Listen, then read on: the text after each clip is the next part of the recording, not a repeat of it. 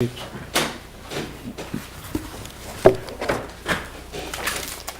morning, Your Honors. May it please the Court.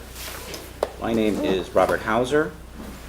With me is John Eubanks, trial counsel, and Mr. Sweetapple, also trial counsel, and also with us is the president of the association, Mr. Waldman.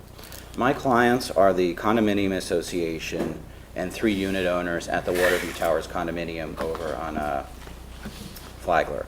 In 2014, the lessee of that commercial unit, C2, which is part of the condominium, applied for development orders to construct an 8-story building with about 190 feet of frontage on Flagler. The size of the project was inconsistent with the declaration of condominium, with the lease between the city and the original developer and Site Plan 7, which is part of that lease.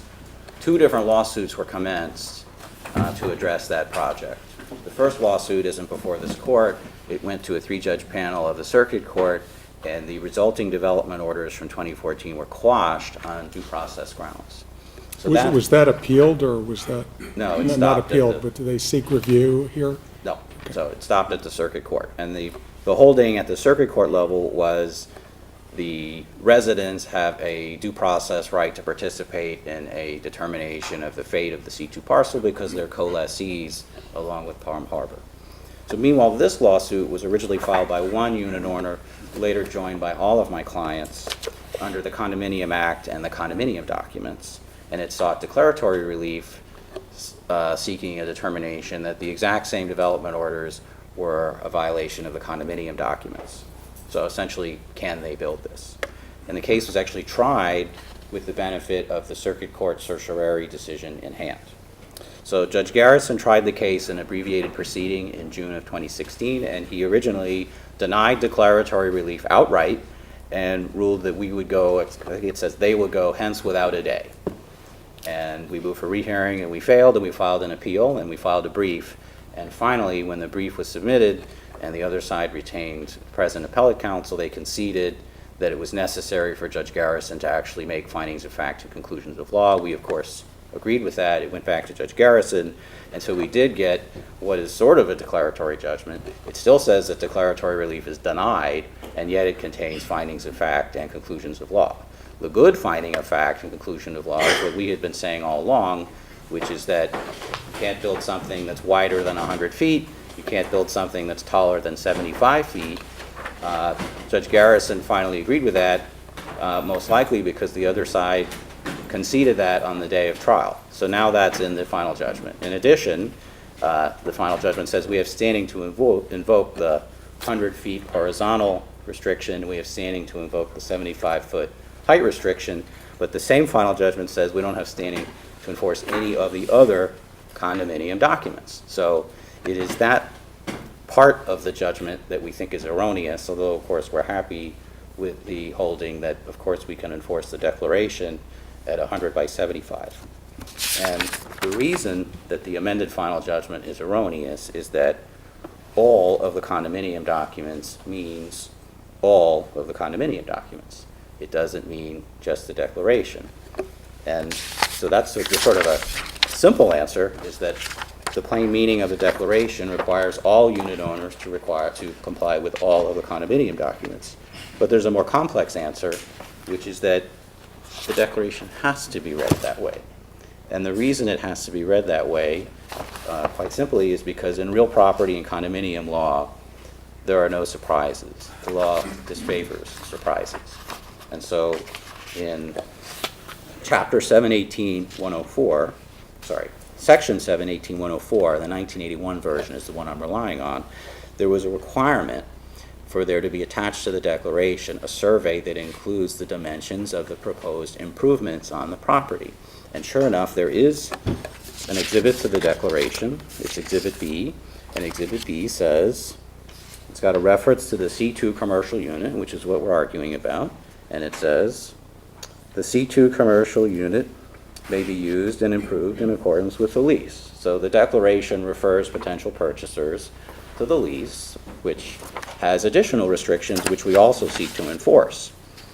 There's a second reason, and that is, well, it's an interlocking reason, which is in order to comply with the requirement to disclose dimensions, it's not enough just to provide the width and the height, because there's a third dimension of construction that's material, and that is the depth. There is no way to know the depth of this parcel, of the improvement, without looking at the lease, and in turn, the lease has a couple of things in it. Number one, the lease says it's going to be no more than 4 stories. But the other important part of the lease is that it is it's linked with Site Plan 7. In fact, the other side has conceded at page 25 of their brief that the city enacted Site Plan 7 as part of the lease. That's very important, because Site Plan 7 fills in the magic language, which is the depth of the proposed structure at parcel C2. And the depth is 20,000 total square feet, so it's not typical to do the math. If it's 100 feet wide, it's 4 stories high, it's going to be 50 feet deep. So the lease is necessarily part of the condominium documents, and we have standing to enforce it.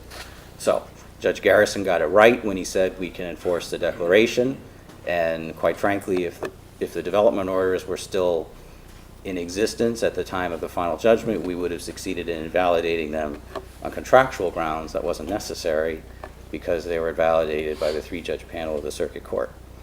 But Judge Garrison got it wrong in carving out the lease as a condominium document. So under the plain language, we have standing to enforce the condominium documents. That includes the lease. The lease is defined as a condominium document in 2 different places. Defined as a condominium document in the declaration. It's defined as a condominium document in the lease itself.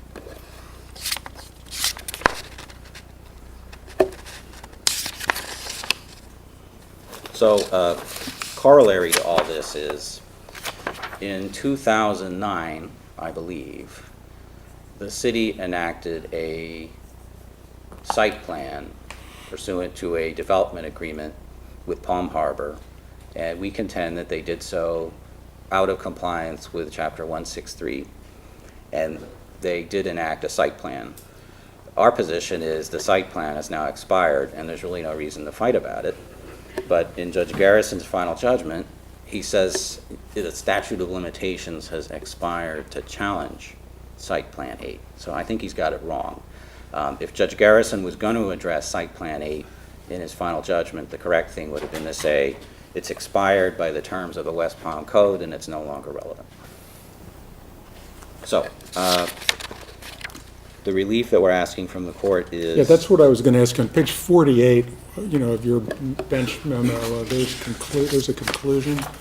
And I'm unclear as to, in a perfect world, the best of all possible worlds, what is the relief you're requesting from this court? Well, I think you got some options. I mean, one of the issues that we raised is he shouldn't have forced us to try the issues relating to the 2014 development orders because they had been quashed. But we were forced to try them, and we got a judgment now that has some things that are problematic going forward. So given that he didn't, one thing the court could do is say he shouldn't have forced us to try those issues because the 2014 development orders have been quashed. But another thing I have a problem with is he's ruled that he denied declaratory relief, and it was clear error to deny declaratory relief even nominally. And I think that played into his prevailing party determination, which is a different issue. The other problem we have is limiting, as a matter of law, our standing to only invoke the height and the frontage restriction, but not the depth restriction created by the lease in Site Plan 7. I think as a matter of law, they're a condominium document. So some court, either this court or the trial court on remand, it's a question of law, needs to say the lease is part of the condominium documents, and the association necessarily has standing to enforce physical restrictions on the dimensions of that structure. Not necessarily use restrictions, which is a whole other can of worms, but the physical dimensions of things that are going to be built. Because if you can just imagine the situation of someone who lives on, say, the 7th floor, somebody like that who had purchased a condominium unit thinking that there was going to be only a 75 foot tall structure or a 4-story structure, that's the kind of person who would have standing. And then Finally, we need the court to clarify that site plan 8 is expired. So it's a non-issue. And going forward, it's certainly not part of the condominium documents. The only site plan that's codified as part of the lease is site plan 7. Now, there's a way to amend all these documents, but that's not what's been happening here. What's been happening here is that the city and Palm Harbor act unilaterally, and the association and the residential unit owners are out in the cold. So I'd like to reserve the rest of my time for rebuttal. Okay.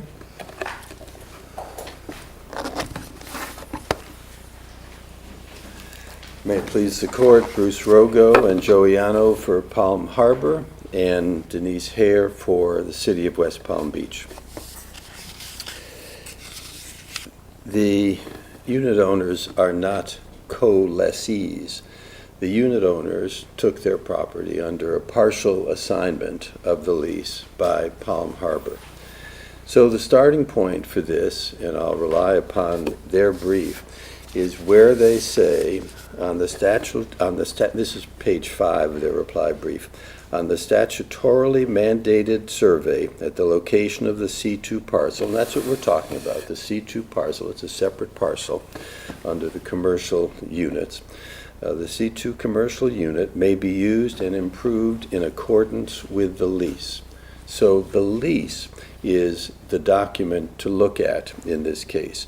And there are a lot of documents, and perhaps this is helpful to the court. But, I mean, I'm actually pretty familiar with this piece of property. I've worked on, an appellate case, and I was also around in the 70s when that was just dirt, it was just a gleam in the developer's eyes. I mean, I remember a lot of the things that led up to that. I mean, but don't you think that the condominium documents were drafted specifically to interlock with the lease? I mean, the lease was certainly in contemplation of the drafter of the condominium documents at the time he was drafting those documents. The lease contemplated that it would be a condominium, but the lease was very clear in separating out the commercial units from the residential units. And that's critical here, because when one looks at and taking let's take their language, may be used and improved in accordance with the lease, and then you take a look at Article 19 of the lease.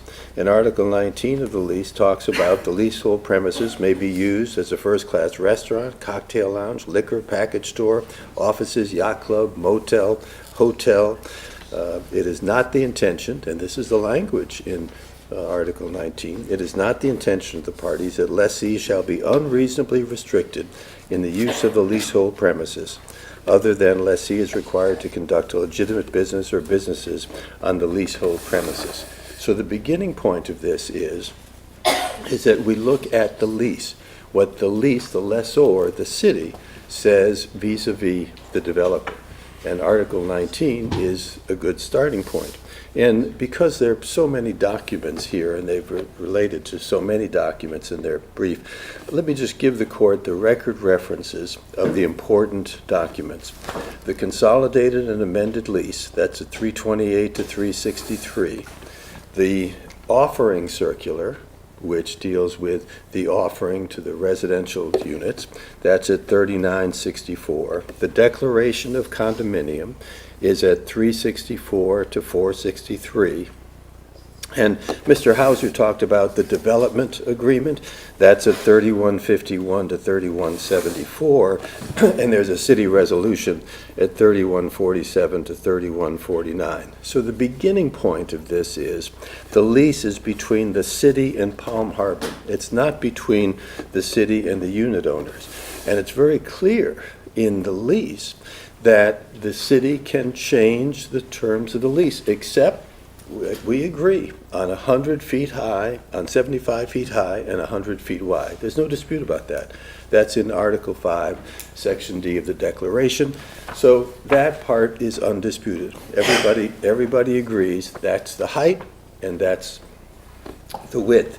But everything else is subject to the lease, not subject to what they want. And your question, Judge Gross, about what they want overall approval. What they are saying really is that they have the standing to enforce the lease. But that's not true. Only the city can enforce the lease. If you take a look at the lease, and this is in the sections 19, 30, 22, and 36, nothing shall limit the developer in this area. There's separate expenses. The developer can demolish the property. The city retains fee simple. And so what you have is a relationship between the city and the developer. And the city has, yes, approved that first site plan was site plan 7. But of course, if there was site plan 7, clearly there were previous site plans, and now there is site plan 8. So the city has the right to approve the site plan consistent with the lease. They don't have the right to oversee the city. And I think... Doesn't it matter for the trial court to determine? I mean, and the trial court did determine that they have no standing to enforce the lease. They are not co-lessees. The lease is not between the city and the residential unit owners. The lease is between the city and the developer. And so it's the city and the developer that work together. And this becomes an important point, Judge Klingensmith, because one of their arguments is, well, we didn't get a right to be heard, and we have standing. Well, what they're mistaking is they did have a right to be heard before the city commission. They do have a voice in this. If they don't like the site plan that the city is approving, well, then they go to the city commission. The cert petition that Mr. Hauser was talking about was a cert petition that was brought because the city commission only gave them 3 minutes to discuss the point. And on certiorari, the circuit court certiorari panel said, no. They do have some interest, obviously, in the outcome of this site plan, so they should have a chance to be heard. So that's why that was quashed, but not because they are co-lessors, because they simply are not co-lessors. The declaration spelled out 75 feet high and 100 feet wide. That's in Article 5D. No dispute about it. We're all on the same page with that. But at page 372 of the record, and remember the declaration is at 364 to 463, at page 372 within the declaration, nothing shall limit the commercial property to conduct the right to conduct commercial enterprises. There's nothing in there that limits it to 4 stories or anything else, 20,000 square feet. That is not part of the declaration. So the offering circular, when the residential units were being offered, talked about a right to construct commercial building and parking.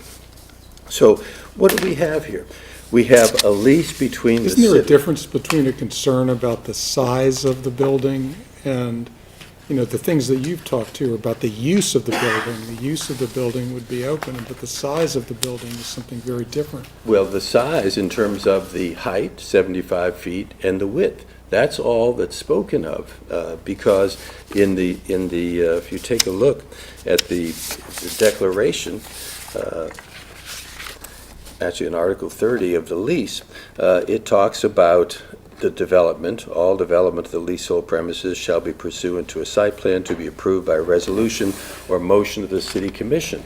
So what that does is it gives the city commission the opportunity to decide what the site plan will look like. And there's another paragraph in there that I'm sure we'll hear from Mr. Hauser. It talks about any modification, change, or amendment thereto shall require a unanimous vote. Well, one of the other documents I referred to, you to, the development agreement and site plan 8, expressly waived this requirement, unanimously waived it, which just underscores the fact that the city has the final say here. The final say about the size in terms of what Mr. Hauser's complaining about, but everybody has agreed on the height and the width. So the rest is up to the city. Do they have a chance to be heard before the city commission? Of course they have a chance to be heard before the city commission. But they do not have the right, and if you take a look at their request for relief, they want to approve anything, everything. Their position is we have a final say in anything. You can't do anything without us, which in effect means that they're arguing that they are lessees with the city, but they are not lessees with the city. So when one looks at the development agreement, they say this is a chapter 163. development agreement. And if you look at that development agreement with the pages that I've referred you to, you'll see it's a conceptual plan. The city then gave certain conceptual approvals, but they didn't give any kind of 163 final right, which is what's required under the statute to be a development agreement. So on every one of these fronts, the key question here is, what does the lease say? And the lease says that the city has the last say. And if the city has the last say, as long as it's 75 feet high and 100 feet wide, then this is, anything that they build is in conformance with the lease and the relationship that the lessee, Palm Harbor, has with the lessor. To allow them to have standing to enforce every aspect of this really flies in the face of the heart of their argument. The heart of their argument is, as I said at the beginning, that the commercial unit may be used and improved in accordance with the lease, and that's why I come back to that. So we take a look at the lease, and the lease gives the right to the city to make the final decision on these things without their oversight to the extent that they claim, which is a right to approve. They do have a right to be heard. Nobody is disputing that.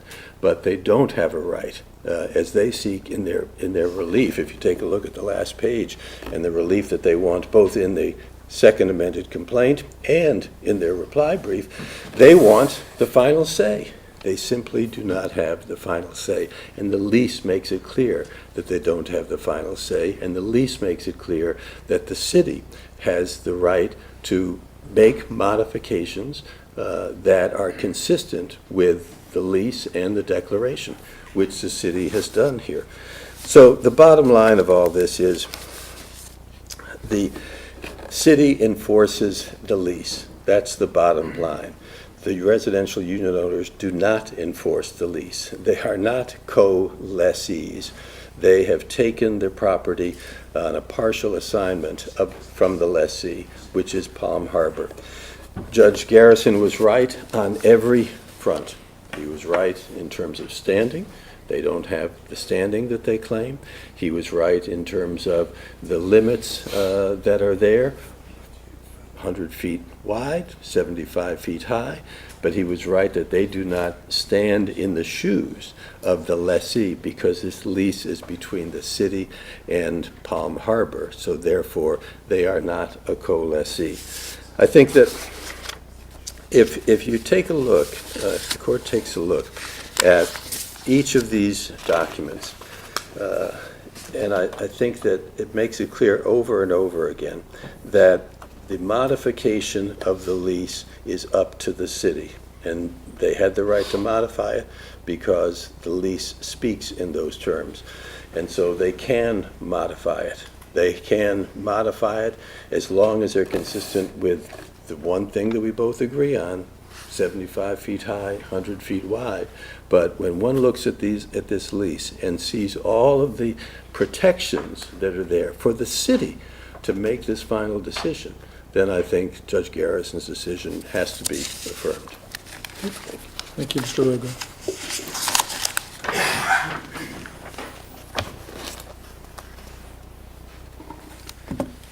So they haven't really explained why Article 22 exists and why it says all condominium documents, if what they're saying it really means is just the declaration.